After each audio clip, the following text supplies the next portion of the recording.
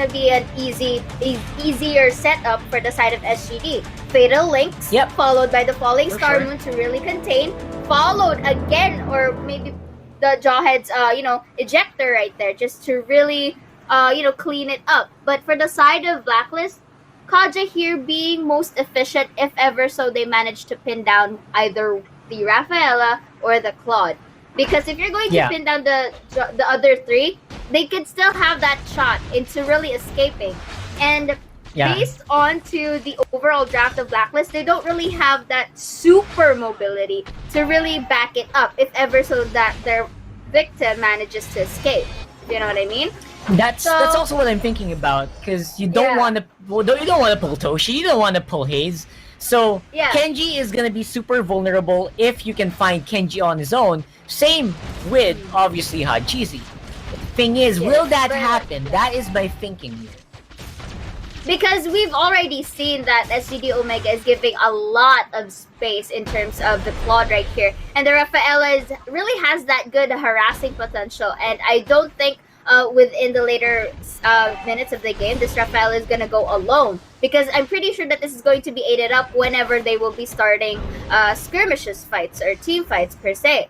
So going back into what we have right now, Rockhard, still back to the fundamentals, them scaling one by one, just poking each other out into respective lanes, but I think they will be transitioning here to the bottom side. Yep, it should be quite easy to get messy, down and messy with SGD here, and then find Kenji or find Hajizi, right? It sounds like it's going to be easy, especially if it's a full-on collapse with Ikagura. Yin Yang Overture really messes up the team fight and sometimes can really give advantage to the team that has Ikagura. This might not be it, though. Again, that's the biggest problem. Can they actually pull the trigger? And will SGD Omega allow them to pull that trigger? Because they can just negate that by not clumping up together all game, right? You can do that. You can just not team up. Yeah, I agree with you on that. But again, speaking of clumping up together, that was the initial strategy of Blacklist International, if you notice in the early minutes of the game. 3 people on the blower side, and again, looks like Heath will be the one to be harassed. But like what I've said, this is still too early, and the Jawhead is tanky enough, and it's really near into a very safe area. So I think that was a bit of a missed comms in terms of calling the shots for the side of Blacklist. But going back to what I said earlier, they are clumped up together into the early minutes of the game. That leaves a lot of space for the Claude and, a very half XP for those 3 members that I saw earlier. If I'm not mistaken, that was the Kaja, the Bruno, and the Kagura earlier. Kagura, yeah. Right. Which is, I don't know if that's going to be getting into play though, as we do see Heath going in with Unstoppable Force. They lock it in already on the Riddler. That is 1 down already, the biggest damage dealer aside from Edward. Will it be a turtle take though? It will. Going over to Hajizi, making short work of Killer in that Uranus. Blazing Duet to clear up the minion waves, prepping for the push. Will be counterflowed here. Edward, huge minion overturn, but no follow through coming from Blacklist International. SGD comes out on top of that team fight. I cannot. Did you see how the Cho Way of the Dragon to Claude, but before actually getting the kick, the Jawhead used the ejector against it, and that was a beautiful play done by the Jawhead. Really timely manner. It really prevented from Claude Claude getting picked off, and that was a good time, and that was a good timing, really. And wow, come on, Claude, you gotta have that on the replay. Yeah, you really get that on the replay. We want to see that again. Top lane though, again another use of the ejector locks down one more target. On the bottom lane, it's a different story. Blacklist, they will get one more tower, but overall, SGD doing really good in this game so far. And this is what we've been talking about earlier, Rockhart. We were correct in terms of, really protecting the squishier heroes for the side of SGD. And this is leaving Blacklist International into a pinch wherein they can't really, divine judgment one of the tankier targets of SGD Omega. But speaking of that, ejector is going to be used, but I think that's just going to be opted for a harassment. Considering in terms of population, there are more members of Blacklist onto the top side. But that left Rafaela and company to just really go for that turret take. Yep, that tower really short-lived here. Again, SGD has haze, and the power of the normal attacks of heat are also quite scary. But again, they are suffering a lot of damage here. They are still not out of the woods just yet. They must not be super overconfident, or else they could get caught out here. Because what they're doing, hey, he's on the front line. Oh, huge phalanx here. Gets the cleanup, gives the kills over into the cores of SGD Omega.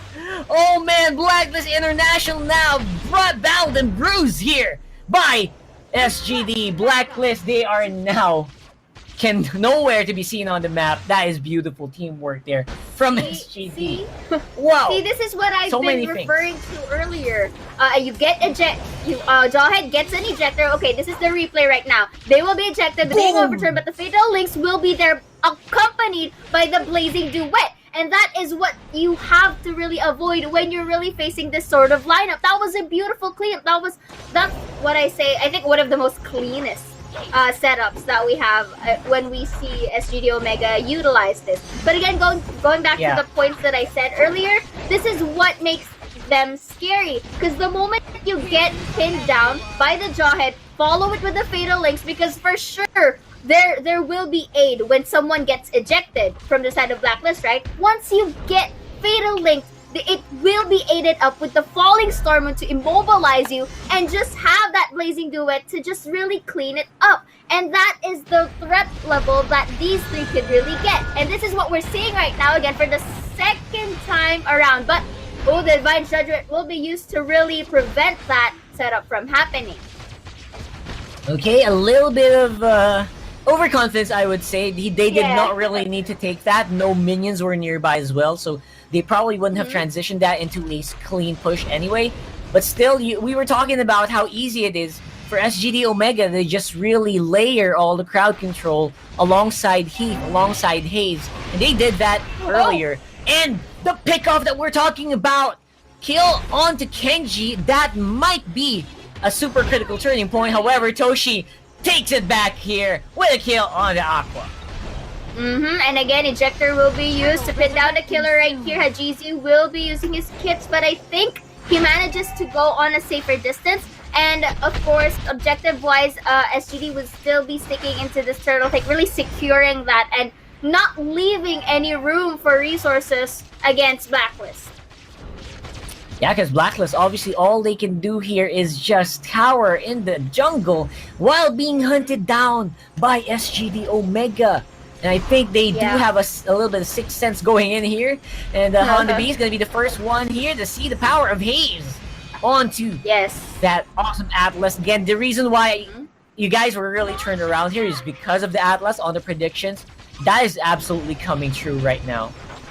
And again, like what I've said and what we've been saying earlier, they are not really giving any space. Flicker and Divine Judgment in. It's gonna take a pick off right here, really diminishing the potential that SGD has. But again, it's gonna be stuns all over Fatal Link. And that was gonna be a Pivot Tower Knight at last, going all out with the help of the Blazing Duet of that Claude right there. And you know, Aqua here going on the run, but Haze is just gonna follow him all through. And that leaves Claude with the space onto the top side. But again, Aqua trying his best to survive. Will he though? Let's see if he is able to escape with two people on the chase. But look at the bottom side rather. It's just really gonna go all the more exposed while all the fiasco's happening. This is a run, you know, chase here going for the dog right here. And I think all around the map.